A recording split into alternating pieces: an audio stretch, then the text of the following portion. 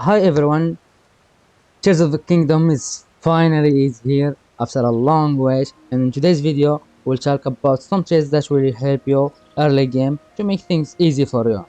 Let's start with the first one.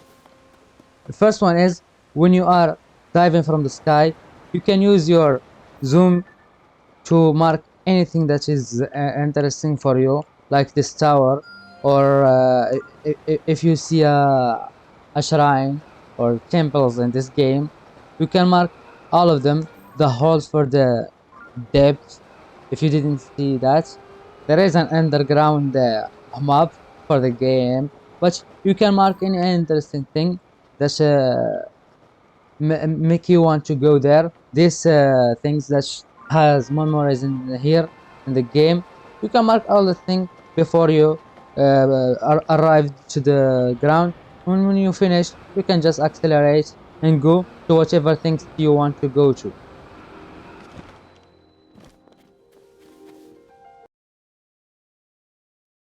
The second tip is always have a great sword attached to a big rock or this spike iron.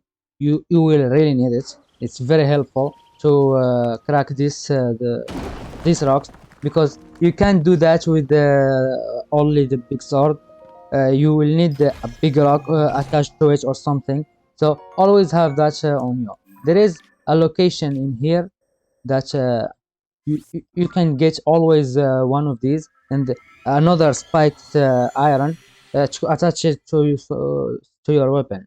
If you go to this uh, tower, you will find here a camp with enemies. You will need to defeat them, or you can also just use some electricity thing uh, to get the weapon from the big guy here. You will find the big guy here.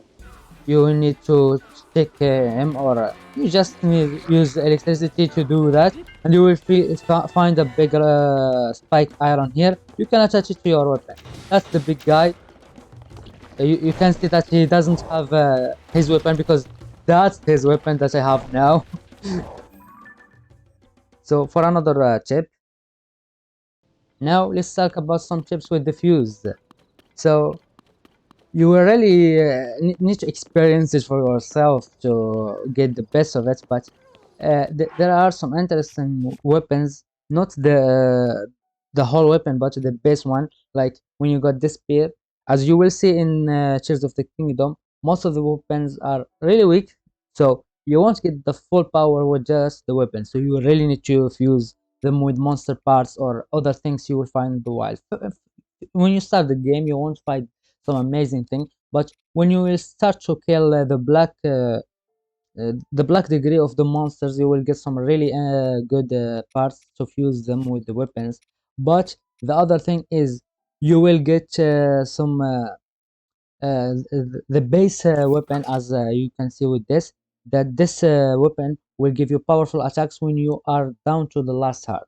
So every weapon has some interesting things for it, like this specter here that give you additional magic. It's best to do gems with it, to fuse gems with it to get the element. Some of the other weapons here is it has high durability. That's not the attached to it, but just the spear of the lizard. It's has high durability, and each weapon has some perks you really need to know. And then you can fuse them with some of the parts you get from the monster. Now let's talk about the gacha. Yeah, as you can say, here is the gacha system of the Breath of the Wild. Maybe that's what the game took from Genshin Impact. If you want to gacha here or gamble to get you can see what the gamble machine can give you. Here there are all devices for the zonai, but each one give you some different things. Can give you four different things. So if you want to gacha here, you will use this zonai device, this zonai charges. So if you get one and do it here, you will get in return just one. But if you put 5 at the same time, you will get more. In the end, you will get more. That I guess 12. If I remember correctly, it's 12.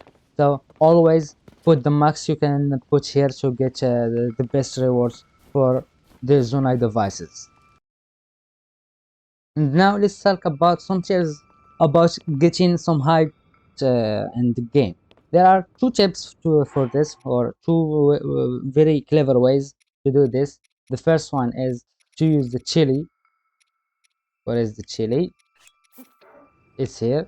You can use chili to do that, but you will need to make fire. This weapon is okay. That's a very big very big height to get from the chili, the biggest in the game. It's like a valley from the first game. And the second one is the bomb. You can attach a bomb to your shield and then make a shield jump to get this one. Can you can even use it with enemies. So if you did this, you can make some height from the bomb.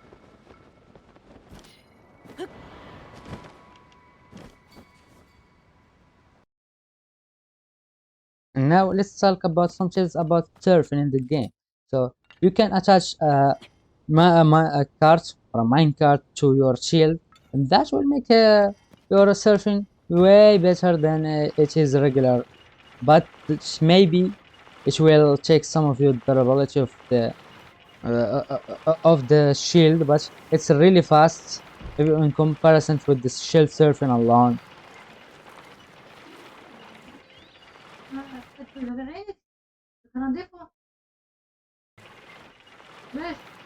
ماما مش عندي امتحانات ولا مش.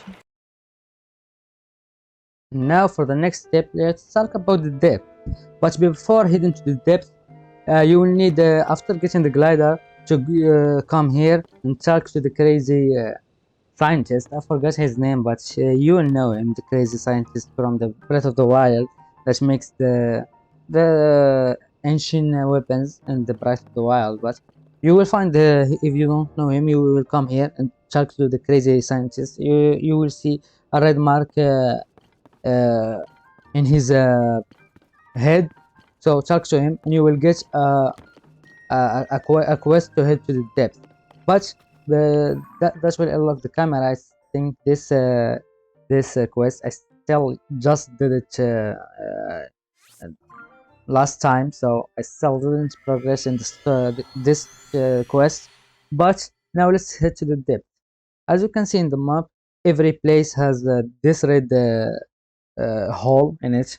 So you will just need to head there to head to the depth from anywhere from the map. But you can head from here to get the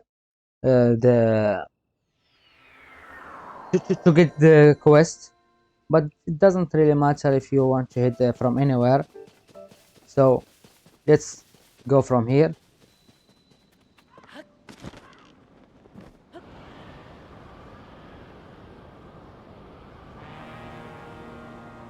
This is the depth. Of course, you won't find this way when you first enter this place, but it's very near here, so you will just come to this place. You will find this very dark, but if you come to these places, you will lighten the area. And another tip for that, if you see this light roots, they are the exact same place as the shrine. So if you want a shrine and you unlock the light route, you will find the shrine in the exact same location, and vice versa. If you find the shrine, you will find the light route exactly the same place in the depth. But that's it. You another tips for the depth is you can throw these fruits, the light bloom seeds. You can just throw them like this.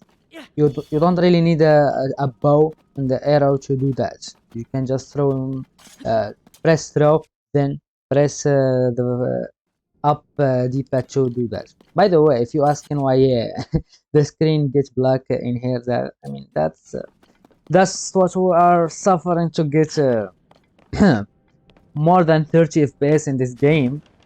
You know what I mean. Now let's talk about cooking in the game.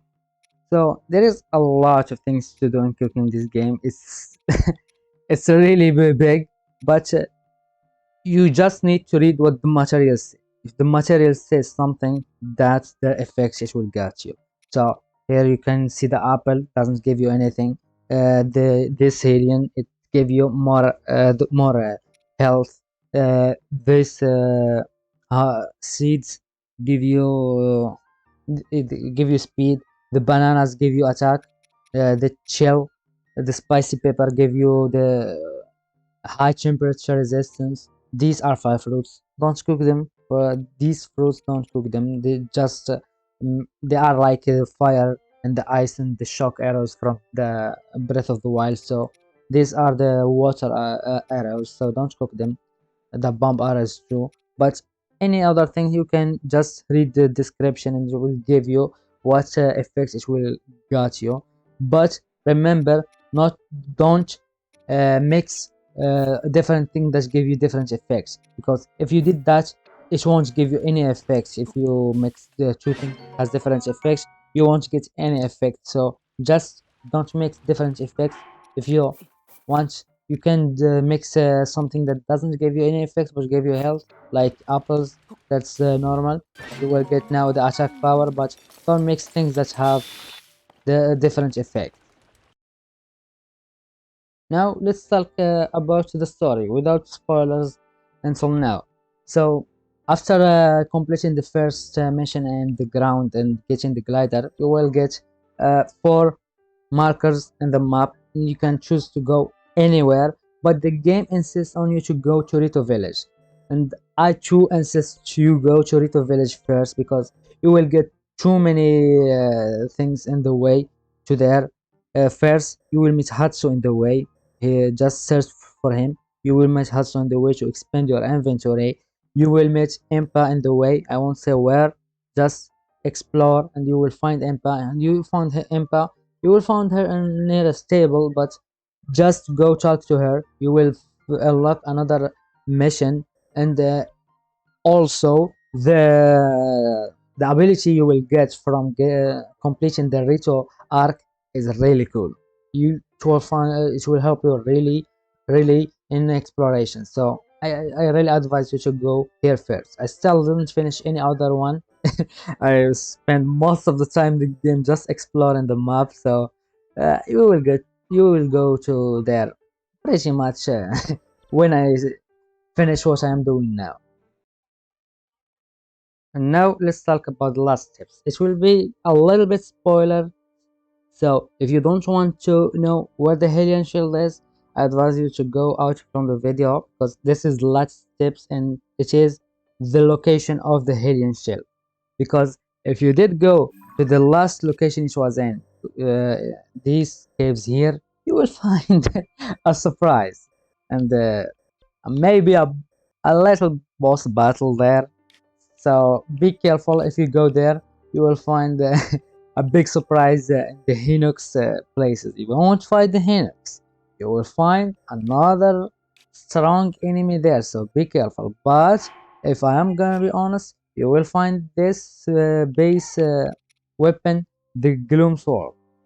It's really strong. It's 41 base.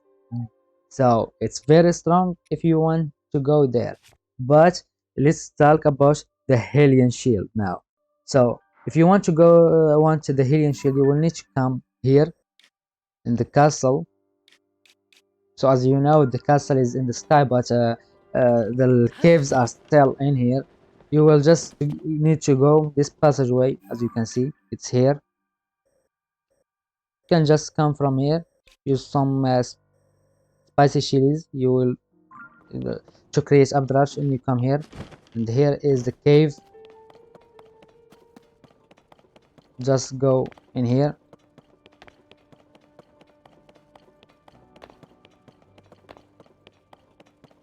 And here is the place for the healing shield. It's just this easy to get. You will just need some fire fruit and enlighten this one, and you will get a chest here, and you will get the healing shield. It's just this easy. Be careful though, here you will find some strong enemies in this step passage. So, and it's really not worth it. Down there there is not much. The enemies, the regular enemies, the Lizalfos and other enemies are not here, but there is this new enemies in here. You will find them. So be careful from them, because if they touch you, yeah, you they are very strong.